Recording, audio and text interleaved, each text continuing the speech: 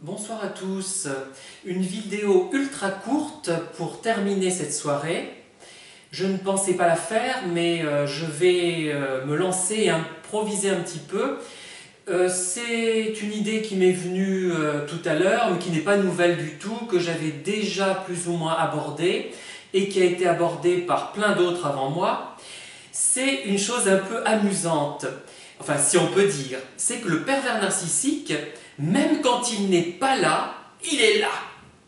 Il est toujours là.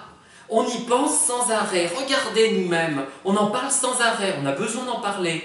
Et pourtant, Dieu sait qu'il est creux, qu'il est inintéressant, ce pervers narcissique. On est bien plus intéressant que lui. Il faut préciser aussi que quand on parle du pervers narcissique, finalement, on parle de nous. Bon, c'est un peu ça qui nous sauve et qui nous fait échapper un petit peu au ridicule. Mais c'est vrai qu'il est omniprésent. Il est toujours là. Et ça me fait penser à un film de Buñuel. Alors, je crois que c'est dans La Voie lactée. Il y en a trois que j'adore plus particulièrement. C'est Le charme discret de la bourgeoisie, Le fantôme de la liberté et La Voie lactée. La Voie lactée, c'est le premier d'ailleurs. La Voie lactée, Le charme discret de la bourgeoisie et Le fantôme de la liberté.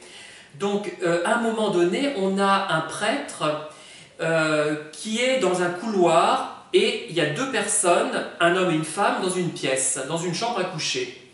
Et au bout d'un moment, le curé se retrouve au milieu.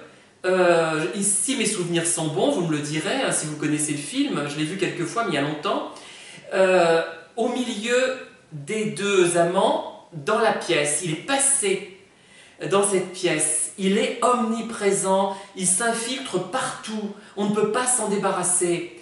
Donc c'est le côté anticlérical et à la fois très religieux de Louise Buñuel qui s'exprime ici, mais je trouve que c'est un peu ça le pervers narcissique.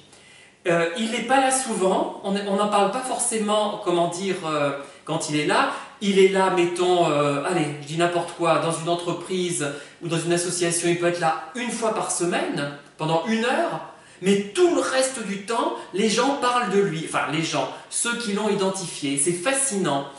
Et c'est là vraiment un indice qui devrait nous mettre en garde et nous dire, et nous faire comprendre que si on parle sans arrêt d'une personne, c'est pas parce qu'on en est amoureux. Moi, il y a des gens que j'ai adorés, dont je ne parlais pas autant que des pervers narcissiques. Pourquoi on en parle autant des pervers narcissiques? Parce qu'ils nous intriguent, parce qu'aussi ils exercent une domination sur nous, ils nous contrôlent sans en avoir l'air, et en ayant l'air parfois d'ailleurs. Hein. C'est tellement fort ce contrôle, cette volonté de domination, de s'insinuer en nous, de nous maîtriser, qu'on y pense tout le temps. Et aussi, sa bizarrerie nous étonne et nous fait nous poser des questions. Voilà, je voulais intervenir sur cette thématique qui est déjà rebattue, mais à ma manière un petit peu, ça m'a tellement frappé ce soir, cette idée, que je voulais en parler. Je sais pas, mais c'est presque risible.